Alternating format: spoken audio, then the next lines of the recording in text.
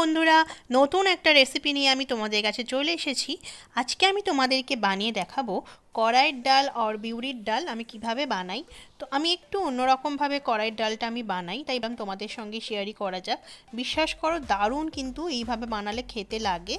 তো আর একটা রিকোয়েস্ট আছে, যারা আমার চ্যানেলে নতুন আছো, এখন আমার চ্যানেলটা সাবস্ক্রাইব করোনি, তো প্লিজ ঝটপট আমার চ্যানেলটা কিন্তু সাবস্ক্রাইব করে লাইক করে আমার পাশে থেকো।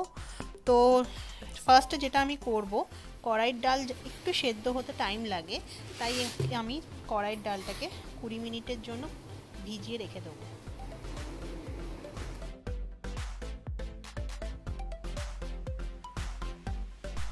কুড়ি মিনিট ভিজিয়ে রাখার পর আমি সেদ্ধ হওয়ার জন্য কুকারে আমি ডাল দিয়ে দেবো,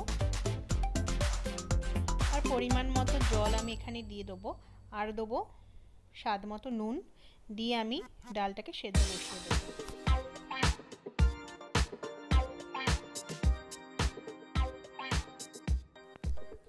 এই ডালটা কিন্তু নিরামিষ দিনে খুব ভালো কিন্তু লাগে গরম ভাতের সাথে খেতে।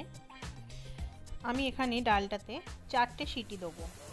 4টে সিটির পর আমি দমে কুকারের ঢাকা আটকে এটাকে আরও 5 মিনিট রেখে দেবো। 4টে সিটি আমার হয়ে গেছে।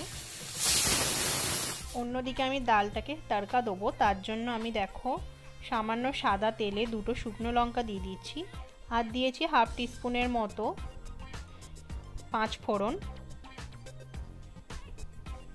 একটু ভেজে নেবো। 5 ফোড়ন একটা খুব সুন্দর ফ্লেভার আসবে যখন, তখন আমি এটাকে ডালের মধ্যে দিয়ে দেবো, দিয়ে একটু ভালো করে নেড়ে নেবো।